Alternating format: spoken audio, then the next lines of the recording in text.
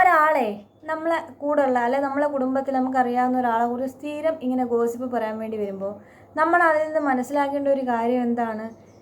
ആ ഒരാൾ ഈ ആളേക്കാൾ വളരുന്നുണ്ട്. അപ്പോൾ ഈ ഒരാൾ അയാളുടെ വളർച്ചയെ പേടിക്കുന്നുണ്ട്. അതുകൊണ്ടാണ് ഇങ്ങനെ ഓടി നടന്നിട്ട് ഗോസിപ്പ് പറഞ്ഞിട്ട് ഏതെങ്കിലുമൊക്കെ ആൾക്കാരിലൂടെ അയാളെ ഒന്ന് വീഴ്ത്താൻ പറ്റുമോ എന്ന് ശ്രമിക്കുന്നത്. അങ്ങനെയല്ലേ ചിന്തിക്കേണ്ടത്? അപ്പോൾ ഞാനെന്ന് പറയുന്ന ഒരാൾ, എനിക്കൊരു വീട് വേണമെന്ന് പറയുമ്പം അതെൻ്റെ പേഴ്സണൽ കാര്യമാണ്. എനിക്ക് പഠിക്കണം, എനിക്ക് എൻ്റെ സ്വപ്നങ്ങളുണ്ടെന്ന് പറയുമ്പം അത് എൻ്റെ പേഴ്സണൽ കാര്യമാണ്. എനിക്കൊരു TV ഷോ ചെയ്തിട്ട് ഇച്ചിരി കാശ് വാങ്ങിച്ചിട്ട് എൻ്റെ ജീവിതത്തിലേക്ക് ഒരു ക്യാഷ്, ഒരു ഫെയിം എന്തോ ഉണ്ടാക്കിയിട്ട് എൻ്റെ ജീവിതത്തിലേക്ക് മുതൽക്കൂട്ടാവുമെന്ന് വെച്ചാൽ അതും എൻ്റെ ഒരു പേഴ്സണൽ കാര്യമാണ്. ഞാൻ എഫേർട്ട് എടുത്തിട്ട് ഞാൻ പോകുന്ന ഒരു കാര്യമാണ്. ഞാനൊരു മത്സരത്തിൽ പങ്കെടുത്ത് ഒരു കാര്യം ഒരു സമ്മാനം നേടുക എന്ന് വെച്ചാൽ അതും എൻ്റെ ഒരു പേഴ്സണൽ കാര്യമാണ്. നമ്മളിങ്ങനെയൊക്കെ ചെയ്ത് മുന്നോട്ട് പോകുമ്പോൾ കുറച്ച് ആളുകൾക്ക് അവർക്ക് ചെയ്യാൻ പറ്റാത്തൊരു കാര്യം നമ്മൾ ചെയ്യുമ്പോൾ അത് മോശത്തരമായിട്ട് ചിത്രീകരിക്കുക എന്ന് പറയുമ്പം അവർ നമ്മളെ വളർച്ചയെ പേടിക്കുന്നു എന്നുള്ളതാണ്. അപ്പോൾ ഒരുപാട് ആൾക്കാർ നാട്ടിലൊക്കെ ഈ കാശുള്ള ആൾക്കാർ എന്നെ ഗോസിപ്പ് പറയുമ്പോൾ അവരെ കൂടെ നിന്നിട്ട് പറയും അവരെ കാശ് കണ്ടിട്ട് എനിക്കതില്ലാത്തതിൻ്റെ അസൂയാണ്.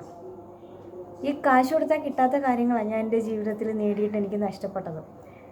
ഈ മദ്രസയിൽ 1 തൊട്ട് 10ാം ക്ലാസ് വരെ 1ാം സമ്മാനം വാങ്ങിച്ച് ക്യാഷ് അവാർഡ് വാങ്ങിക്കാമെന്ന് വെച്ചാൽ 10 ലക്ഷം രൂപ കൊണ്ട് അവിടെ കൊടുത്താൽ നടക്കുന്നൊരു കാര്യമല്ല. അത് നമ്മൾ കഷ്ടപ്പെട്ട് തന്നെ ചെയ്യുന്നൊരു കാര്യമാണ്. അങ്ങനെ കഷ്ടപ്പെട്ട് നേടിയ എൻ്റെ സർട്ടിഫിക്കറ്റ്സാണ് എനിക്ക് നഷ്ടപ്പെട്ടത്. അപ്പോൾ എനിക്കത് സങ്കടം ഉണ്ടാക്കുന്ന കാര്യമാണ്. സ്കൂളിൽ എക്സ്ട്രാ കരിക്കുലർ ആക്ടിവിറ്റീസിലെല്ലാം പങ്കെടുത്ത് സമ്മാനം നേടാമെന്ന് പറയുമ്പം അത് സ്റ്റേറ്റ് കലോത്സവം വരെ പോകാമെന്ന് പറയുമ്പോൾ അതും കോടിക്കണക്കിന് രൂപ കൊണ്ട് കൊടുത്താൽ നടക്കുന്നൊരു കാര്യമില്ല. എൻ്റെ സ്വന്തം എഫേർട്ട് എടുത്തിട്ട് ഞാൻ പോയിട്ടുണ്ടായിരുന്ന കാര്യമാണ്. അത് എനിക്ക് നഷ്ടപ്പെടുമ്പോൾ എനിക്ക് സങ്കടം ഉണ്ടാകത്തില്ലേ? പിന്നെ ഞാൻ കഷ്ടപ്പെട്ട് പോയി TV ഷോ ചെയ്ത സമയത്ത് അതിനെ മോശത്തിലായിട്ട് പറയുമ്പോൾ ഞാൻ പ്രതികരിക്കില്ലേ? അതുപോലെ തന്നെ എനിക്കൊരു വീട് വേണമെന്ന് പറയുമ്പം എനിക്ക് അവകാശപ്പെട്ട മണ്ണിലേക്ക് വേറൊരാൾ കയറി ഇരുന്നിട്ട് അതിന് സമ്മതിക്കാതെ എൻ്റെ ജീവിതം ചവിട്ടി താഴ്ത്താൻ ശ്രമിക്കുമ്പോൾ എനിക്ക് ദേഷ്യം കയറി വരത്തില്ലേ? അപ്പം ഞാൻ ഒരു വീട് വാങ്ങിച്ച് സ്വന്തമായിട്ടൊരു സ്ഥലത്ത് പോയി താമസിച്ച് എനിക്ക് പഠിക്കാനുള്ള കോഴ്സ് പഠിച്ച് ഞാൻ മുന്നോട്ട് പോയാൽ ഞാൻ അവരെക്കാൾ വളരും. അവർ പേടി അവർക്കുള്ളത് കൊണ്ടാണ്. അവൾക്ക് വീടുണ്ടാകാൻ പാടില്ല, അവൾ പഠിച്ചു പോകാൻ പാടില്ല, അവൾ റിയാലിറ്റി ഷോയിൽ എവിടെയെങ്കിലും പോയിട്ട് അവൾ ഉയർന്നു പോകാൻ പാടില്ല. ഇനി ഉയർന്ന് അവൾ പോകുന്ന കണ്ടിട്ട് ആരെങ്കിലും നല്ലത് പറഞ്ഞാൽ ഇത് കണ്ട ആൾക്കാരുടെ കൂടെ പോയിട്ട് കാശുണ്ടായിക്കൊണ്ട് വരുന്നതെന്ന് ചിത്രീകരിച്ച് കഴിഞ്ഞാൽ ഇതുമായിട്ട് ഒരു ബന്ധമില്ലാതെ കുറച്ച് ആളുകൾ ഇതിൽ പിടിച്ചുകൊണ്ടിരിക്കും. അവർ പറയുന്നുണ്ടല്ലോ, ബന്ധുക്കളല്ലേ, അതായിരിക്കും സത്യം എന്ന് പറയുമ്പോൾ എനിക്കതൊരു മോശം കാര്യമല്ലേ? അപ്പോൾ ഈ മോശം കാര്യം കേൾക്കുമ്പോൾ ഞാൻ മാനസികമായിട്ട് തളരും. പിന്നെ എനിക്ക് ഇതുപോലും ഒന്നും ചെയ്യാൻ പറ്റാതായി വരും. ആ ഒരു ചിന്ത അവർക്കുള്ളത്. മറ്റുള്ളവരിലൂടെ ഗോസിപ്പ് പകർത്തിയിട്ട് ആ ഗോസിപ്പ് നമ്മളിങ്ങനെ ചെവിയിലേക്ക് കേൾക്കുമ്പോൾ നമ്മൾ തകരുമല്ലോ.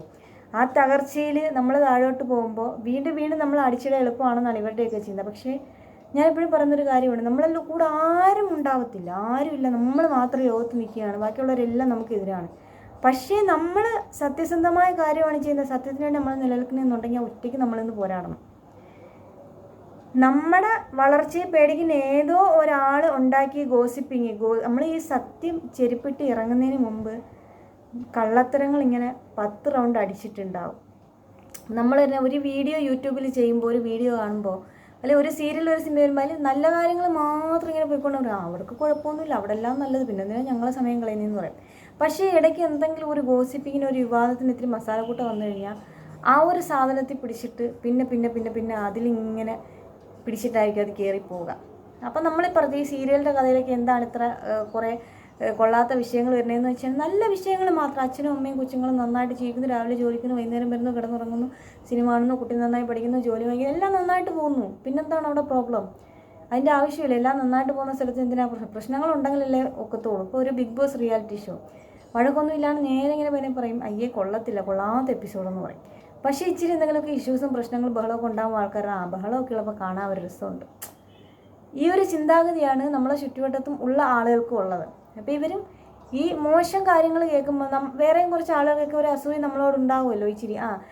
എൻ്റെ കൂടെയൊക്കെ നടന്നവളായിരുന്നു, അവൾ അങ്ങോട്ട് എത്തി, അല്ലെങ്കിൽ അവനങ്ങോട്ട് എത്തിയും ചിന്തിക്കുന്നവർക്കും ഒരു ഏളിതരമായിട്ട് ഈ ഒരു കാര്യം കിട്ടുമ്പം അവരും അത് എടുത്തു വെച്ച് ഇങ്ങനെ പറഞ്ഞുകൊണ്ട് നടക്കുക. അവർക്ക് ഒരു ചെറിയ സന്തോഷം, ഇവളെക്കുറിച്ച് ഇങ്ങനെ പറയുന്ന കേൾക്കാൻ എനിക്കിടയായല്ലോ, എനിക്കും കൂടെ അത് പറയാൻ അവസരം കിട്ടിയല്ലോ എന്നുള്ളൊരു ചിന്ത.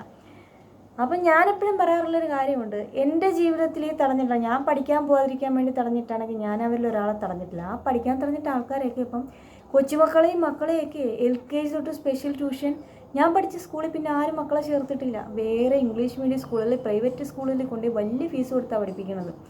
മദ്രസയിൽ കൊണ്ടുപോയി വിളിച്ചുകൊണ്ട് വരിക വണ്ടിക്കകത്തൊക്കെ ഇല്ല. ഈ പള്ളിയിലിരിക്കുന്നവരും ബന്ധുക്കളും ഇല്ല. എൻ്റെ വിദ്യാഭ്യാസത്തിൻ്റെ കുറ്റം പറഞ്ഞ് ഞാൻ അറിവ് നേരിട്ട് ഒരു വഴിക്ക് പോകുമ്പോൾ കുറ്റം പറഞ്ഞ ആൾക്കാർ അവരെ വീട്ടിലുള്ള പിള്ളേരെ എന്തിനാണ് പഠിക്കാൻ വിടുന്നത്? അങ്ങനെയാണെങ്കിൽ പഠിക്കാൻ പോകണ്ട. ഞാൻ പഠിച്ച അഹങ്കാരിയായി പോകുമെന്ന് പറയുന്നവർ സ്വന്തം സ്വന്തം കൊച്ചുമക്കൾ പഠിച്ച അഹങ്കാരികളായി പോകുമെന്ന് പറഞ്ഞിട്ട് ആ പഠിത്തം നിർത്തിക്കാത്തത് എന്താ? എഞ്ചിനീയറിങ്ങിന് വരെ +2 പോയി പഠിക്കരുത്, ഭയങ്കര പാടാ, തോറ്റു പോകുന്ന എന്നോട് ഉപദേശിച്ച വീട്ടുകാരിലുള്ള കൊച്ചുങ്ങൾ എഞ്ചിനീയറിങ്ങും കഴിഞ്ഞിട്ട് ഇപ്പം നിൽക്കണുണ്ട്. അപ്പം ഞാനിപ്പോഴും ചിന്തിക്കും, ഞാൻ എന്തെങ്കിലും ചെയ്യാൻ പോകുമ്പോൾ അതിൽ മോശത്തരം പറഞ്ഞിട്ട് എന്നെ അടിച്ചിടാൻ നോക്കിയിട്ട് ഞാൻ ചെയ്യാൻ ആഗ്രഹിച്ചതിൻ്റെ അപ്പുറത്തേക്ക് അവർ കൊണ്ടുപോയി ചെയ്യിച്ചിട്ട് മിടുക്കരാവാൻ നോക്കണം. അപ്പം ഞാൻ എപ്പോഴും പറയാറുണ്ട്, സ്പൂൺ ഫീഡ് ചെയ്തിട്ട് കോരി കൊണ്ടുവന്ന് കൊടുത്തിട്ട് ചെയ്യുന്ന കൊച്ചുങ്ങൾക്കപ്പുറം ഒറ്റയ്ക്ക് വഴിവെട്ടി ഓടി ഞാനും അവരും തമ്മിൽ ഒരുപാട് അന്തരമുണ്ട്. ഞാൻ നേടുന്നതിനൊക്കെ പിന്നെ ഒരുപാട് എഫേർട്ട് എടുത്തിട്ട് എനിക്കൊരു വഴി കിട്ടുള്ളൂ, ഒരു ഓപ്പർച്യൂണിറ്റി. കൊണ്ടുപോകാൻ ഒരാളുള്ളവർക്ക് ഒരു സ്ഥലത്തേക്ക് പോകാൻ പാടൊന്നുമില്ല. പക്ഷേ കൊണ്ടുപോകാൻ ആരും ഇല്ലാത്തൊരാൾ, വഴി അറിയാത്തൊരാൾ, വഴി ചോദിച്ച് അറിഞ്ഞ് പഠിച്ച് കൂടെ ഒരാളില്ലെന്നുള്ള ഒരു സത്യം മനസ്സിലാക്കി ആ ഇൻസെക്യൂരിറ്റിയോട് കൂടിയായിരിക്കും അവിടം വരെ എത്തുക. അത് തമ്മിൽ ഒരുപാട് വ്യത്യാസമുണ്ട്. പക്ഷേ നമ്മുടെ ചുറ്റുവട്ടത്തിൽ ഇപ്പോൾ ഒരു പരീക്ഷ കഴിഞ്ഞിട്ട് റാങ്ക് വാങ്ങിക്കുന്ന കൊച്ചുങ്ങളെല്ലാവരും അഭിനന്ദനം കൊണ്ട് മൂടുമ്പോൾ അതിൽ പലരും നമ്മൾ ബാക്ക്ഗ്രൗണ്ട് വായിക്കുമ്പോൾ ഇന്ന ജോലിയുള്ളവരിനകത്തിരിക്കുന്നവരുടെ മക്കൾ. വേറെ വീട്ടിലെല്ലാ സൗകര്യവും ഉണ്ടാവും, സമാധാനം ഉണ്ടാവും, പഠിക്കാനുള്ള എല്ലാ കാര്യങ്ങളും അവർക്ക് ചെയ്തു കൊടുത്തിട്ടുണ്ടാവും. കൊച്ചിലെ ആ ഒരു എയിം വെച്ചിട്ട് പഠിപ്പിച്ചിട്ടുള്ള കൊച്ചുങ്ങളാവും. പക്ഷേ ഇതൊന്നുമല്ലാത്ത ചില കുട്ടികളുണ്ടാവും, ഇതിൻ്റെ ഇടയ്ക്ക് ഉണ്ടാവണം. അവർക്ക് യാതൊരു ബാക്ക്ഗ്രൗണ്ടിലല്ല, പക്ഷെ അവരുടെ ഒരു ലക്ഷ്യം വെച്ചിട്ട് അവർ പിടിച്ചേറി വന്നിട്ടുണ്ടാവും. വളരെ അപൂർവമായിട്ട് അങ്ങനെ ആൾക്കാരുണ്ടാവാറുള്ളൂ. ഏതെങ്കിലും ഒരു വഴികാട്ടി ഒരാളോ ഇല്ലാതെ ആരും എങ്ങോട്ടും ചെന്നെത്താറില്ല. സ്വന്തമായിട്ട് വഴി വെട്ടി തിരിച്ചു എവിടെയെങ്കിലും ഒരിടത്ത് എത്തുമ്പോൾ ജീവിതത്തിൽ വഴിതിരിച്ചു വിട്ട ഒരാളെന്ന് പറയാനുണ്ടാവും. പക്ഷെ എനിക്ക് എൻ്റെ ജീവിതത്തിൽ അങ്ങനെ ഒരാളേ ഇല്ല. ഒരു പക്ഷേ ഞാൻ ഈ നാട്ടിലായത് കൊണ്ടാവാം, ഏതെങ്കിലും ജീവിതത്തിൽ ഞാൻ പണ്ടേ പറയാറുണ്ടായിരുന്നു, എവിടെയെങ്കിലും എനിക്ക് ഇച്ചിരി വലുതാകുമ്പോൾ എനിക്ക് ഇവിടുന്ന് പോകണം. അതിനൊക്കെ വേണ്ടിയിട്ട് ഇതൊക്കെ വിൽക്കണമെന്ന് ഞാൻ പറഞ്ഞിട്ടുണ്ടായിരുന്നു. പക്ഷേ എങ്ങനെ ഞാൻ പോയി കഴിഞ്ഞാലും, ഞാൻ രക്ഷപ്പെട്ട് കഴിഞ്ഞാൽ അത് അക്സെപ്റ്റ് ചെയ്യാൻ പറ്റാത്ത കുറേ ആളുകളും. ഇവരെയൊക്കെ മുന്നിൽ രക്ഷപ്പെടുന്നത് വെച്ചാൽ ഗവൺമെൻറ് ജോലി അങ്ങനെ എന്തെങ്കിലും കാര്യങ്ങളാണ്. എനിക്കതൊന്നുമല്ല. നമ്മൾ സത്യസന്ധമായിട്ട് ജീവിച്ചിട്ട് നമ്മുടെ ഒരു കാര്യങ്ങൾ നമുക്കിപ്പോൾ നേടാൻ പറ്റില്ല, നമ്മൾ തന്നെ ചിന്തിച്ചുള്ള കാര്യങ്ങളിലേക്ക് നമുക്കൊക്കെ ചെയ്തെടുക്കാൻ കഴിയാമെന്ന്. ഇപ്പോൾ എനിക്കൊരു വീട് വാങ്ങാൻ പറ്റുന്നവർ ഏതെല്ലാം നോക്കിയിട്ട് ഹറാസ് ചെയ്ത് എന്നിട്ടും എനിക്കൊരു വീട് വാങ്ങാൻ പറ്റി. എനിക്കൊരു റെക്കോർഡ് നേടാമെന്ന് പറഞ്ഞൊരു കാര്യം ഞാൻ എൻ്റെ വിദൂര സ്വപ്നത്തിൽ പോലും ഉണ്ടാവാത്ത ഞാനൊരു 10-14 റെക്കോർഡ് ഞാൻ സ്വന്തമായിട്ട് എഫേർട്ട് എടുത്ത് പോയിട്ട് ഞാൻ നേടി. എനിക്ക് ചെയ്യാൻ പറ്റത്തില്ല എന്ന് പറയുന്നൊരു കാര്യങ്ങൾ എന്നെക്കൊണ്ട് നേടാൻ കഴിയില്ലായിരുന്നു എന്നൊരിക്കലും ഇവരൊന്നും ചിന്തിക്കാതിരുന്ന കാര്യങ്ങളൊക്കെ ഞാൻ എത്താമെന്ന് പറയുമ്പോഴാണ് എൻ്റെ വിജയമായിട്ട് ഞാൻ കാണുന്നത്. എന്നെ സംബന്ധിച്ച് ഈ ഗോസിപ്പ് പറഞ്ഞുണ്ടാക്കി ഈ പണം ഉണ്ടെന്ന് പറഞ്ഞ് ചുറ്റും നിന്നിട്ട് തുള്ളിച്ചാടുന്ന, എനിക്ക് വേണ്ടി എന്തും ചെയ്തുതരാൻ തയ്യാറെന്നിട്ട് എനിക്ക് വേണ്ട, ഞാൻ അവരെ ഉപേക്ഷിച്ച് കളഞ്ഞേക്കാന്ന് പറഞ്ഞിട്ട് ഈ ഗോസിപ്പായിട്ട് നിൽക്കുന്ന ആൾക്കാരെക്കുറിച്ച് എനിക്ക് പറയാനുള്ളത്, അവർ തോറ്റുപോയവരെന്നാണ്. തോറ്റുപോയവർ അവസാന നിമിഷം ഈ ജയിച്ചെന്ന് കാണിക്കാൻ വേണ്ടി കാണിക്കുന്ന ഒരു തത്രപ്പാടുണ്ടല്ലോ. കാരണം എനിക്ക് അവരുടെ ശത്രുക്കളെന്ന് പറയാൻ ഞാനുമായിട്ട് നിൽക്കുന്ന എന്തെങ്കിലും ഒരു അടിസ്ഥാന കാര്യങ്ങൾ ഉണ്ടായിട്ടല്ലേ അവരെ എൻ്റെ ശത്രുവാക്കാൻ പറ്റുള്ളൂ. അല്ലെങ്കിൽ മിത്രമായിട്ട് അതിൽ നിന്ന് പോയിട്ടാണെങ്കിലേ ശത്രു എന്നും പറയാൻ പറ്റും. ശത്രു എന്ന് പറഞ്ഞാൽ നമുക്ക് ഒരു എന്തെങ്കിലും ചെയ്യാൻ പറ്റുന്ന ഒരു ഇതുള്ള ആൾക്കാരാവണ്ടേ നമ്മളെ ലെവലിൽ നിൽക്കുന്നത്. അതിന് പോലും ഞാൻ ഇവരെ പറയുന്നത്, എൻ്റെ ശത്രു എന്ന വാക്കിന് പോലും ഇവർക്ക് സ്റ്റാൻഡേർഡായിപ്പോൾ അത് കൊടുത്തു കഴിഞ്ഞാൽ. ശത്രു എന്ന വാക്ക് പോലും ഞാൻ ഇവരെയൊന്നും പറയണില്ല. നിങ്ങൾ ചോദിക്കുക ഇടയ്ക്കിടയ്ക്ക് എന്തിനാണ് ഇങ്ങനെ പറയുന്നതെന്ന്. അത്രയ്ക്ക് മോശം സിറ്റുവേഷനിലൂടെയാണ് ഞാൻ കടന്നു പോകുന്നത്. വേറെ ആരെങ്കിലും എൻ്റെ സ്ഥാനത്തായിരുന്നുണ്ടെങ്കിൽ ഒരു 10 ഗോസിപ്പ് കേൾക്കുമ്പോഴത്തേന്, 10 പേരെ വായിന്നൊക്കെ ഇങ്ങനെ കേൾക്കുമ്പോഴത്തേന്, നമ്മൾ അറിയുന്ന ആൾക്കാരെ കേൾക്കുമ്പോഴത്തേന് പോയി മരിക്കാം. പക്ഷേ 10 അല്ലെങ്കിൽ 10,000 പേരിൽ നിന്ന് കേട്ടാലും ശരി, എന്താണ് എൻ്റെ ജീവിതത്തിൽ നടന്നത്, എന്താണ് ഞാൻ അനുഭവിച്ചത്, എല്ലാം കടന്നു പോയിട്ടുണ്ട്, എങ്ങനെയെല്ലാം അതിജീവിച്ചാൽ ഞാൻ ഇവിടെ ഇരിക്കുന്നത് എന്നുള്ളത് എനിക്കറിയാം. അപ്പോൾ എനിക്കൊരു വിഷമം സങ്കടം വന്നു കഴിഞ്ഞാൽ വേറെ ആരും എന്നെ സമാധാനിപ്പിച്ച് എനിക്ക് സമാധാനം കിട്ടത്തില്ല. ഞാൻ ഒറ്റയ്ക്ക് പോയി മാറിയിരുന്ന് കരഞ്ഞിട്ടോ അല്ലെങ്കിൽ സ്വന്തമായിട്ട് എന്നോട് എന്നെ സംസാരിച്ചിട്ടോ ഒക്കെ പോയി ഇന്ന് എൻ്റെ ഉള്ളിൽ തന്നെ വേറൊരാളുണ്ട് എനിക്ക് സങ്കടങ്ങൾ പറയാനും എന്നെ സമാധാനിപ്പിക്കാനും വരുന്നത്. ആ ഒരാൾ എൻ്റെ അടുത്തേക്ക് വന്നിട്ട് എനിക്ക് തന്നെ എൻ്റെ ഉള്ളിൽ ഇരുന്നുകൊണ്ട് തന്നെ എന്നെ സമാധാനപ്പെടുത്തുന്ന സമയത്താണ് ഞാൻ വീണ്ടെടുക്കുന്നത്.